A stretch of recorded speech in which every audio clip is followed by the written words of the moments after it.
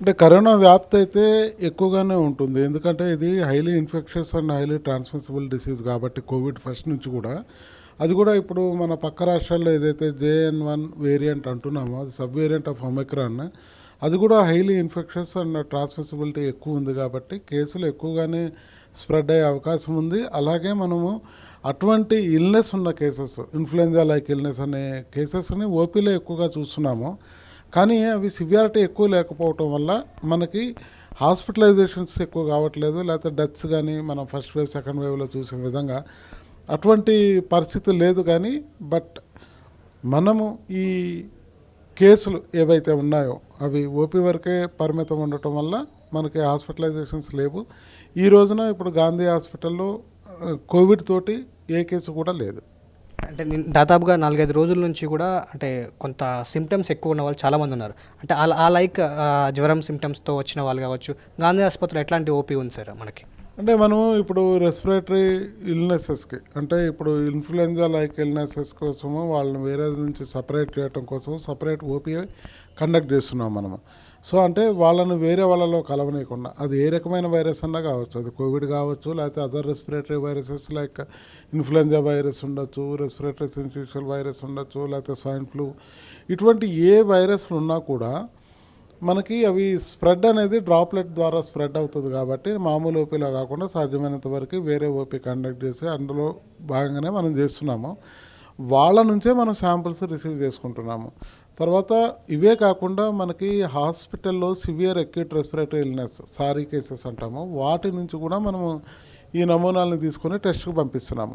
ఇట్లా మన గాంధీ హాస్పిటల్లో చేస్తున్న టెస్టులు ఇవి కాకుండా ఇంకా చుట్టుపక్కల వేరే హాస్పిటల్స్ నుంచి లైక్ నీలోఫర్ కానివ్వండి, లేకపోతే చెస్ట్ హాస్పిటల్ కానివ్వండి, ఇంకా వేరే దగ్గర నుంచి వచ్చిన శాంపిల్స్ను కూడా మన గాంధీ హాస్పిటల్లో ఈ RT-PCR టెస్ట్ ద్వారా అవి పాజిటివ్ నెగిటివ్ నిర్ధారించడం కోసం టెస్టులు చేస్తున్నాము. అలాంటి టెస్టులు రోజుకు ఒక 60 to 100 మధ్యలో టెస్టులు జరుగుతున్నాయి.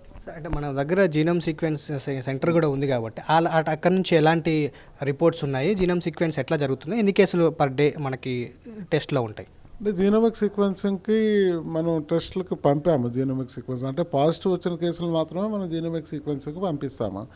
అందులో భాగంగానే జీనోమిక్ సీక్వెన్సింగ్కి పంపాము. ఈ ప్రాసెస్లో ఉన్నవి, ఇవి రావడానికి కొంచెం టైం పడుతుంది. So whatever the positive cases we're sending for the genomic sequence. ఇప్పుడున్నటువంటి సిచ్యువేషన్లో అంటే కొంచెం సిమ్టమ్స్ ఎక్కువగా ఉన్నాయి కాబట్టి ఎలాంటి జాగ్రత్తలు తీసుకుంటే కొంచెం సేఫ్ సైడ్ ఉండొచ్చు, మరి అంత ఫస్ట్ సెకండ్ వేవ్ లాగా మినిమం థర్డ్ వేవ్ లాంటి కేసులు నమోదు కాకుండా ఉండాలంటే ఎలాంటి జాగ్రత్తలు తీసుకోవాలి ఎవరైనా? అంటే బేసిక్గా ఇది ఏదైనా కానీ వైరల్ ఇల్నెస్ మనకి ఇబ్బంది అనేది డెఫినెట్గా ఉంటుంది. ఇది మనకి ఇమ్యూనో కాంపిటెంట్ అంటే ఇమ్యూనిటీ మంచిగా ఉన్న వాళ్ళల్లో ఈ ఇల్నెస్ మైల్డ్గా ఉంటుంది. కానీ ఇమ్యూనో కాంప్రమైజ్డ్ వాళ్ళల్లో అంటే కొన్ని వయసు గ్రూప్స్లో పెద్దవాళ్ళలో అబౌవ్ 65 years ఉన్న చంటి పిల్లల్లో కానివ్వండి, ప్రెగ్నెంట్ లేడీస్లో, లేకపోతే కొన్ని రకాల కోమార్బిడిటీస్ ఏవైతే ఉంటాయో డయాబెటీస్ కానివ్వండి, ఇమ్యూనో సప్రెసివ్ డ్రగ్స్ తీసుకుంటున్న వాళ్ళు, రీనల్ ట్రాన్స్ప్లాంటో లేకపోతే వేరే ఆర్గాన్ ట్రాన్స్ప్లాంట్ చేసుకున్న వాళ్ళు, లేకపోతే స్టీరాయిడ్స్ వాడుతున్న వాళ్ళు, ఇంతకుముందు టీబీ ఉన్నవాళ్ళు, లేకపోతే ఇట్లా ఏ రకమైన ఇమ్యూనో కాంప్రమైజ్డ్ స్టేట్ ఉన్నా కూడా వాళ్ళల్లో ఈ వైరస్ తీవ్రమైన ప్రభావం చూపే అవకాశం ఉంటుంది, సివియర్గా ఉండే అవకాశం ఉంటుంది. కాబట్టి అప్పుడు హాస్పిటలైజేషన్స్ పెరగచ్చు, డెత్లు పెరగచ్చు. కాబట్టి ఈ డిసీజ్ని మనము వ్యాప్తి చెందించకుండా చూడటమే చాలా చాలా ఉత్తమం. ఈ పాండమిక్స్ కానీ ఎపిడమిక్స్ కానివ్వండి, ఫస్ట్ మెయిన్ థింగ్ ఏంటంటే ప్రివెన్షన్. సో ఈ ప్రివెన్షన్లో మనం జాగ్రత్త పడితే మనం ఈ వ్యాధి ఎక్కువగా వ్యాప్తి చెందకుండా ఉంటుంది. ఇందులో భాగంగానే మనము first wave second wave third వేవ్లో చాలా జాగ్రత్తలు తీసుకున్నాం మనము.